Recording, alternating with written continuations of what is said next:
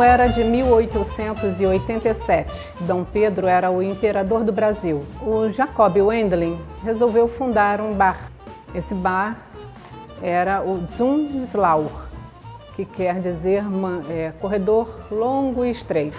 Jacob Wendling era um filho de suíços nascido em Petrópolis. Não tinha filhos, mas tinha um afilhado, Adolf Runjanek. Quando Jacob Wendling resolveu que passaria o resto da sua vida na Suíça, entregou o bar ao seu afilhado. Isso foi ano de 1926. Adolf Runjanek foi responsável pela implantação do hábito de se tomar chopp no Rio de Janeiro.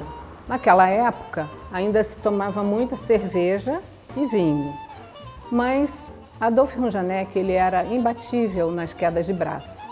Quando recebia um cliente que pedia cerveja ou vinho, ele desafiava o cliente. Se o cliente vencesse, beberia o que quisesse.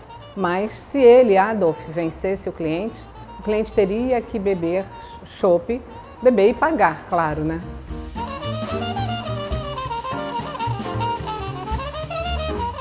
Nosso cardápio ele foi criado na linha da gastronomia alemã.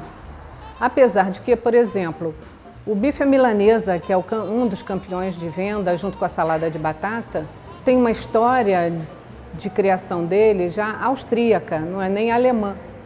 Mas a comida alemã e austríaca são muito parecidas, né? A gastronomia dos dois países são muito parecidos.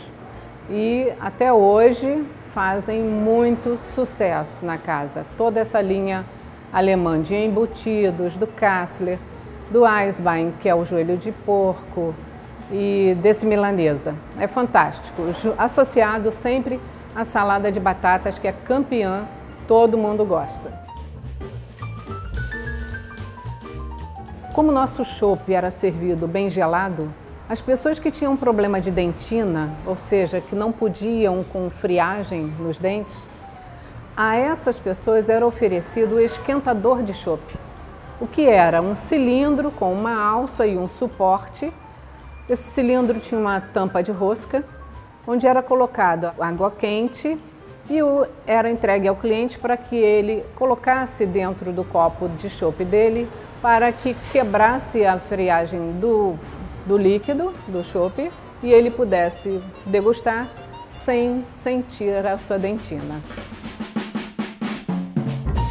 O Bar Luiz, uma das dificuldades ou uma das diversidades históricas foi justamente quando o Brasil se posicionou contra a Segunda Grande Guerra e os estudantes do Pedro II se encaminharam ao Bar Luiz, que naquela época era Bar Adolf, em homenagem ao Adolf Runjanek, que havia falecido. Eles tinham a intenção de quebrar o Bar Luiz e fechar.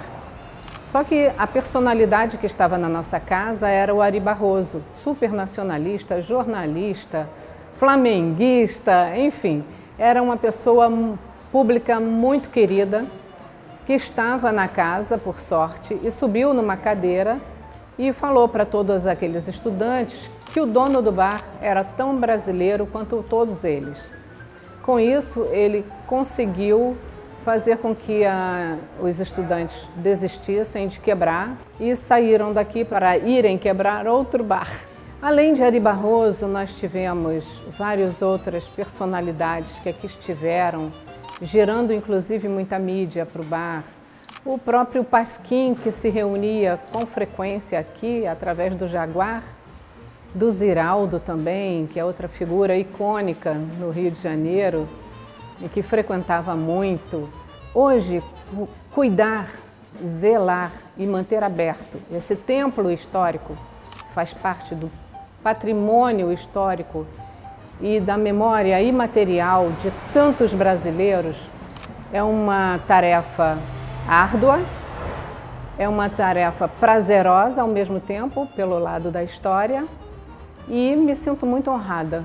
Sou a pessoa que é responsável por manter o Bar Luiz aberto, por manter essa história, essa memória viva até hoje, aos 134 anos.